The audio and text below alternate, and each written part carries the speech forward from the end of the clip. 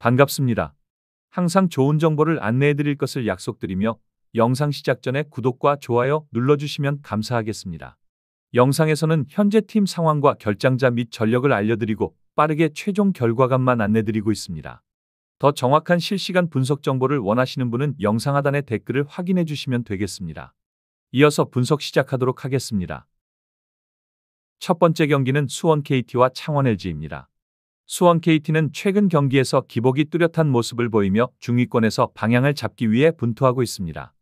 홈 경기에서는 어느 정도 안정된 흐름을 보여주고 있으나 전반적인 득점 효율과 수비 집중력 모두에서 일정한 한계를 드러내고 있습니다. 최근 10경기에서 평균 득점이 70점대 초반에 머물며 3점 슛 성공률 또한 20%대 중반에 그쳐 외곽 옵션의 신뢰도가 떨어집니다. 특히 김선영의 결장 이후 가드진의 리더십과 볼 전개 템포가 다소 무너진 상황입니다.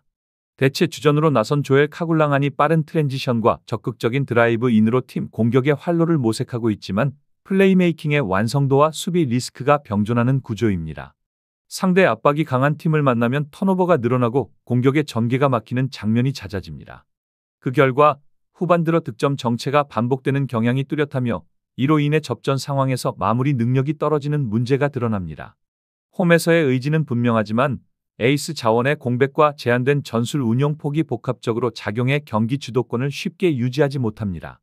리바운드 싸움에서도 활동량은 좋으나 세컨드 찬스를 실점으로 이어가는 수비 전환의 부정확성이 균형을 흔들고 있습니다. 공격 효율 하락과 잦은 실책은 수원 KT가 당분간 극복해야 할 핵심 과제입니다. 창원 LG는 이번 일정이 연속 경기라는 점에서 체력 부담이 존재하나 시즌 전반적으로는 높은 템포와 효율적인 세트 오펜스로 리그 상위권을 유지하고 있습니다. 최근 10경기에서 평균 득점이 70점대 후반을 꾸준히 상회하고 있으며 공격 효율 지표에서도 뚜렷한 우위를 보입니다. 6 이상의 부상 결장으로 인해 가드 로테이션이 흔들렸으나 대체 자원이 빠르게 적응하며 팀 전반의 흐름을 유지 중입니다. 6 이상은 시즌 평균 9.7득점 4.3어시스트로 백코트의 핵심이었으나 대체 선수들의 활동량이 많아 공백을 일정 부분 상쇄했습니다. LG 특유의 빠른 템포는 상대의 수비 준비를 흐트러뜨리고 포워드진의 스크린 이후 미드레인지 공격 선택이 다양해 경기 내내 득점 루트가 잘 살아납니다. 또한 원정에서의 집중력이 탁월하여 불리한 환경에서도 높은 슈팅 밸런스를 유지하는 강점을 지닙니다. 수비적으로는 효율지표 100점대 초반을 유지하며 팀 수비 완성도를 보이고 있고 속공 전환 후의 수비 리턴 속도 또한 리그 평균 대비 빠릅니다. 다만 백투백 일정에 따른 피로 누적과 주요 가드의 결장은 경기 후반의 경기 템포 유지와 수비 로테이션 완성도 면에서 다소 불안 요인으로 작용할 수 있습니다. 그럼에도 불구하고 LG는 내외곽 득점 분포의 안정성과 세트 오펜스 정교함이라는 구조적 강점을 앞세워 경기 주도권을 잡을 것으로 전망됩니다. 결론을 말씀드리자면 이번 맞대결은 공방보다는 수비 중심의 흐름으로 전개될 것으로 보이며 총득점이 제한적으로 형성될 여지가 큽니다. 경기 후반 LG의 공세가 이어지면서 KT의 집중력이 떨어질 때 점수차가 벌어질 가능성도 존재합니다. 창원 LG의 승리와 언더를 추천드리는 경기입니다. 두 번째 경기는 원주 DB와 서울 SK입니다. 원주 DB는 최근 2경기에서 연패를 기록하며 시즌 초반에 안정감을 잃은 상태입니다. 5일 동안 3경기를 소화한 일정 탓에 선수단의 체력 저하가 상대적으로 뚜렷하게 나타나고 있으며 이는 경기 후반부 리바운드 싸움과 수비 집중력 저하로 이어지고 있습니다. 에이스 선수에게 득점이 집중되면서 공격 전개가 단조로워지고 보조 득점 자원의 부진이 더해져 득점 루트의 다양성이 현저히 떨어지고 있습니다. 최근 5경기에서 평균 득점 77.4점, 실점 76.9점으로 집계되며 공격과 수비 모두 리그 평균 수준에서 벗어나지 못하고 있습니다. 특히 3점 슛 성공률이 32.2%에 머무르며 외곽에서 공간을 넓히는 전술적 효과가 기대만큼 발휘되지 않고 있습니다. 홈 경기에서와 원정 경기에서의 득점 분포 역시 큰 차이가 보이지 않아 홈 어드밴티지를 살린 기세 전환도 쉽지 않은 구도입니다. 전술적으로는 빠른 볼 이동을 통한 오픈 찬스 창출보다는 세트 공격 위주의 구조가 유지되고 있으나 최근 경기에서는 상대의 수비 압박에 대응하는 패스 타이밍이 흐트러지며 공격 효율성이 떨어졌습니다. 무엇보다 리바운드 수치가 최근 평균 37.3개 수준으로 감소세를 보이고 있어 2차 득점 기회를 확보하지 못한 채 실책으로 이어지는 장면이 잦았습니다. 이러한 흐름은 체력적 피로 누적과 선수단 간의 롤 밸런스 붕괴에서 비롯된 것으로 볼 수 있습니다. 서울 SK는 최근 4경기 연속 승리로 상승세를 이어가고 있습니다. 외국인 선수 원희와 안영준의 복귀 이후 팀 전체의 공격 효율이 상승했고 경기 템포 역시 한층 빨라졌습니다. 최근 5경기 평균 득점은 79.2점으로 원주 DB보다 소폭 우위에 있으며 리바운드와 어시스트 수치 모두 안정적인 변화를 보이고 있습니다. 특히 원희는 복귀 후 골 및 장악력을 통해 상대 빅맨의 수비 구도를 흔들고 있고 안영준의 코트 복귀로 인해 측면 공격 루트와 수비 로테이션 모두 개선되는 양상을 나타내고 있습니다. 팀 분위기 또한 긍정적이며 경기 승리 과정에서 다양한 포지션의 선수들이 고른 득점을 기록해 단일 선수 의존도가 낮습니다. 앞선 맞대결에서도 서울 SK는 원주 DB를 상대로 15점 차 완승을 거둔 바 있어 심리적 우위도 뚜렷합니다. 경기 템포를 일정하게 유지하면서도 전반부의 승부의 균형을 무너뜨리는 전술적 집중력이 강점을 이루고 있으며 상대의 세트 오펜스에 빠르게 대응하는 수비 전환 속도 역시 리그 상위권 수준입니다. 또한 최근 원정 경기에서도 평균 득점 75.9점을 기록, 낯선 환경에서도 일정 수준의 경기력을 유지하고 있습니다. 수비적으로는 상대 주축 득점 자원을 집중적으로 견제하며 경기 초반의 흐름을 주도하는 경향이 이어지고 있습니다. 서울 SK는 최근 높아진 팀 페이스를 유지하면서 경기 전반에 활기를 불어넣고 있으며 공수 양면에서 유기적인 움직임이 강화됐습니다. 결론을 말씀드리자면 서울 SK는 공격보다 수비 집중도를 높이며 승부의 균형을 조기에 잡을 가능성이 높고 경기 전체 득점 흐름은 완화된 템포 속에서 진행될 것으로 전망됩니다. 서울 SK의 승리와 언더를 추천드리는 경기입니다. 세 번째 경기는 삼성화재와 KB손해보험입니다. 삼성화재는 최근 홈에서의 안정된 리듬과 세트 초반 집중력으로 상승세를 타고 있습니다. 지난 맞대결에서의 주도적 경기 운영은 단순히 공격 성공률의 우위를 넘어 한 단계 진화한 세트 내 전개 완성도를 보여주었습니다. 외국인 어포짓 미라인은 여전히 득점 루트를 이끌고 있으며 김우진과의 공존으로 인한 사이드 라인 밸런스가 뚜렷합니다. RC딥싱이 경기 중 조율에서 다소 기복을 나타내지만 전체적인 볼 분배는 무난한 수준을 유지합니다. 최근 5경기에서 세트 득실 대비 점수 흐름이 안정을 찾아가고 있고 블로킹 라인의 탄탄함이 경기 중반 이후 상대 흐름을 끊는 주요 요인으로 작용하고 있습니다. 홈에서의 공격 성공률이 평균보다 높게 유지되는 이유도 초반 리시브 안정 이후 속공 전환이 매끄럽게 이어지기 때문입니다. KB손해보험은 시즌 초반까지 탄탄한 화력을 뽐냈으나 원정 경기에서는 서브와 리시브의 연결 효율이 뚜렷하게 떨어지는 문제를 겪고 있습니다. 야쿰의 근육 경직 이슈가 완전히 해소되지 않아 폭발력 유지에 다소 제한이 있고 비에나의 결정력은 여전히 위협적이지만 전체 세트 구간에서 연속 득점 후 범실로 흐름을 끊는 장면이 반복되고 있습니다. 김도훈 리베로의 수비 범위가 넓음에도 불구하고 주변의 세컨볼 커버가 타이밍에서 미세하게 어긋나며 세트 후반 집중력 하락으로 이어집니다. 공격 성공률과 서브 지표는 리그 상위권을 유지하고 있으나 홈과 원정 간 득점 효율 차이는 상대적으로 큽니다. 원정 2연패 중인 흐름은 그 자체로 불안 요인으로 작용하며 세트 후반 20점 이후의 집중력 저하가 눈에 띄게 나타나고 있습니다. 결론을 말씀드리자면 삼성화재는 홈에서의 세트별 응집도가 높고 득점 루트의 다양성이 상대보다 안정적입니다.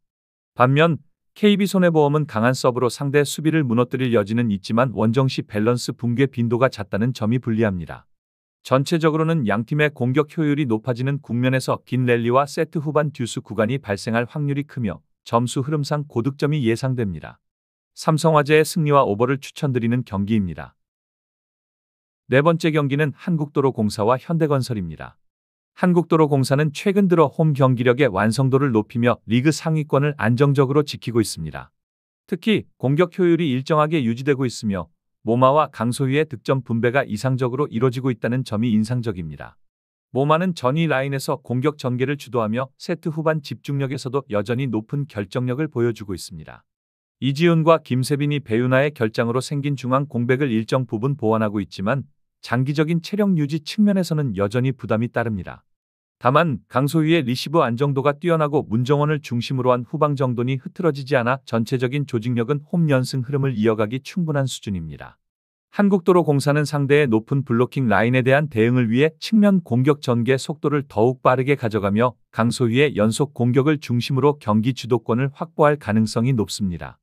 현대건설은 카리 가이스버거의 무릎 통증이 여전히 정상 범위로 회복되지 않아 경기 운영의 불안 요인으로 작용하고 있습니다.